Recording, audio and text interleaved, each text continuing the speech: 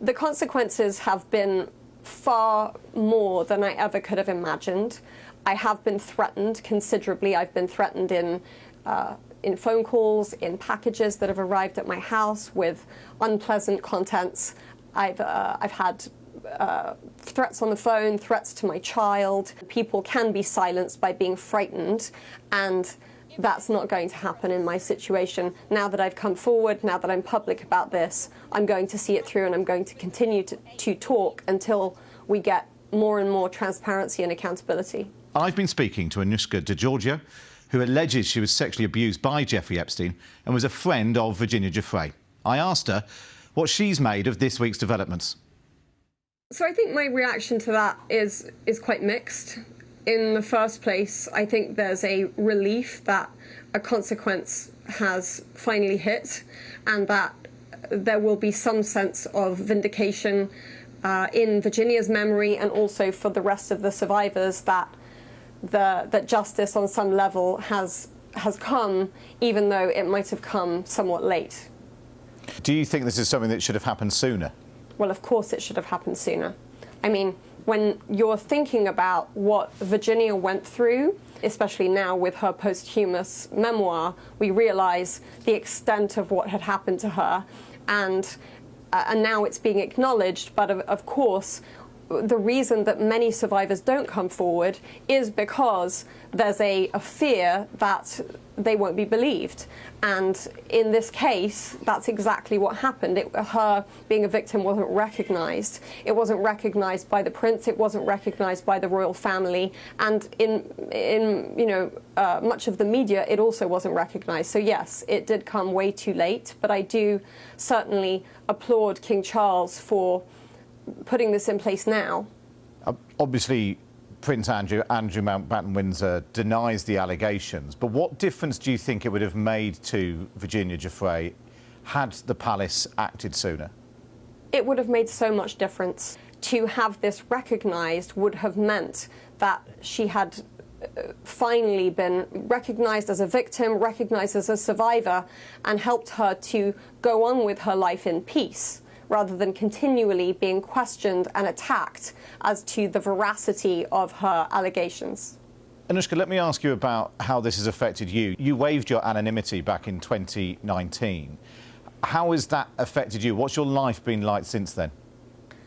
Well, since 2019, I want to say that waiving my anonymity was a choice that I made without truly understanding the consequences. It wasn't something for which I had any precedence. So I made that decision pretty last minute because, as we understand, he died in prison, and then the dismissal hearing by Judge Berman happened pretty soon after. The consequences have been far more than I ever could have imagined. I have been threatened considerably. I've been threatened in phone calls, in packages that have arrived at my house with unpleasant contents. I've had threats on the phone, threats to my child, and it's been so incredibly overwhelming and pretty terrifying at times. And where do you think those threats are coming from? What's the purpose of it? Is it to silence you? Is it to stop you speaking out in situations like this? I really don't know. In some situations, I think people who are just struggling with their own mental health feel that they are entitled to reach out to me and say unpleasant things and make threats that perhaps have no merit. In other situations, I do believe that they might be intended to silence me, certainly to frighten me into perhaps not coming forward and not being as persistent. And, I think it's worked before, and people can be silenced by being frightened, and that's not going to happen in my situation. Now that I've come forward, now that I'm public about this, I'm going to see it through, and I'm going to continue to talk until we get more and more transparency and accountability. And what does that look like in practice? Last night, Sky Roberts, Virginia Giuffre's brother, told Newsnight he wanted to see Prince Andrew behind bars. What's your hope, expectation of where this leads to next? So I think with regards to Andrew, I think you know, the accountability should be the same as it would be for any other normal person. It's a position of service to be in the royal family, and with that service there goes great privilege, and there also goes great responsibility. And once you do not act in a responsible way, and you don't act in a graceful way, and you don't act in a way becoming a member of the royal family, you should lose all your privilege. And as a regular person, you should be held accountable as such. There's also, of course, investigations going on in Washington right now, suggestions he could be invited, summoned to appear in Congress. Is that something you'd like to see? It would be appropriate for him to be treated the same as anybody else would be treated. So if that is part of that process, then absolutely, I think that's what should happen. And just finally, Anouska, you're speaking to us from LA tonight. Clearly, a lot of folks in the UK on Prince Andrew. There's been a lot of folks in the US on Donald Trump. His connections to Jeffrey Epstein, his interest in the Epstein files. You met Donald Trump, is it right, through Ghislaine Maxwell? I did, yes, and I met him on several occasions. Ghislaine Maxwell did introduce me to him, and she introduced me to him with a clear message of my being with him in the same way that she had trafficked me and brought me to Jeffrey Epstein. And how did Donald Trump respond to that?